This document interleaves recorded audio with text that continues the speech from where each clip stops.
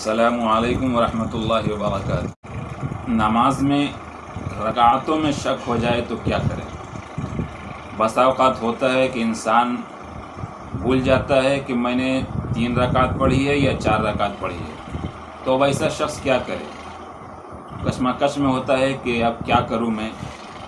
तो उसके लिए बड़ा इम्पोर्टेंट मसला है, ये से गौर से सुने और आखिर तक सुने ताकि आपका मसला हल हो जाए। ये बहुत सारे लोगों को ये दिक्कतें पेश आती हैं, तो इस मसले को अच्छे से सुने कि रकात में अगर शक हो जाए तो क्या करें।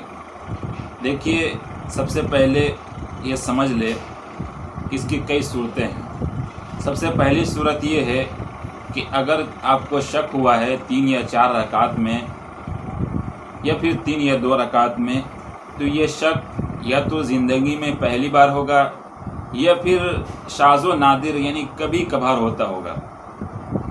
अगर ये शाज़ो नादिर यानी कभी कभार हो रहा है या पहली मर्तबा है आपका ज़िंदगी में, तो फिर आप नमाज को वहीं तोड़ दें और उसके बाद अस्सर नौ फिर से नमाज़ पढ़ें।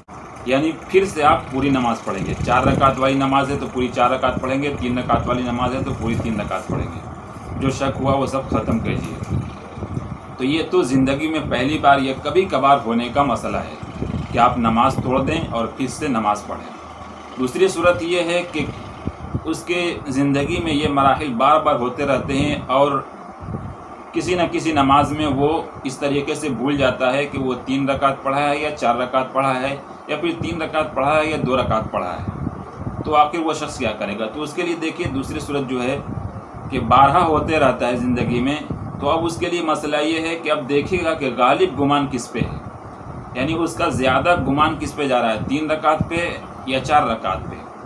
तो जिस पे उसका गालिब गुमान जा रहा है, यानी जहन ज़्यादा जिसकी तरफ जा रहा है, तो उसकी तरफ अमल करेगा। मसलन 3 या 4 रकात वाली में शक हुई है कि 3 रकात पढ़ी है 4 रकात, लेकिन जहन हमारा कह रहा है कि नहीं, हमने 4 रकात पढ़ ली है, तो फिर 4 रकात पूरी कर ले और उसके बाद सजदा सहव कर ले, नमाज हो जाएगी। लेकिन अगर हमारा जहन कह रहा है कि नहीं, अभी 3 रकात ही हुई है, ज़्यादा जहन उसी की तरफ जा रहा है, तो अब हम 3 रकात ही मानेंगे और उसके बाद 1 रकात और मिला लेंगे और उसके बाद सजदा सहव कर लेंगे, नमाज हो जाएगी। ये तो गालिब गुमान का मसला था। ऐसे ही अगर 3 रकात वाली नमाज है, 2 या 3 रकात में शक हुआ है और गालिब गुमान ये है कि हमने 2 रकात पढ़ी है, तो फिर 2 रकात ही शुमार होगा, फिर तीसरी रकात को मिलाकर सजदा सहव कर ले, नमाज हो जाएगी।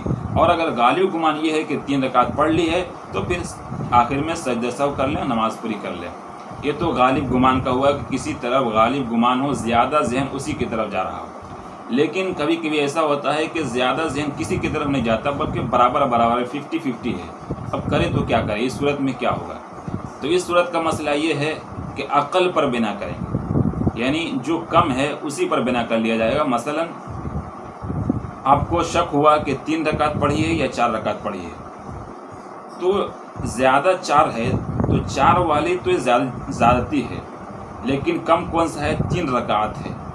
तो इसका मतलब ये है कि 3 रकात तो हो गई है, लेकिन शक किसमें, 4 रकात में।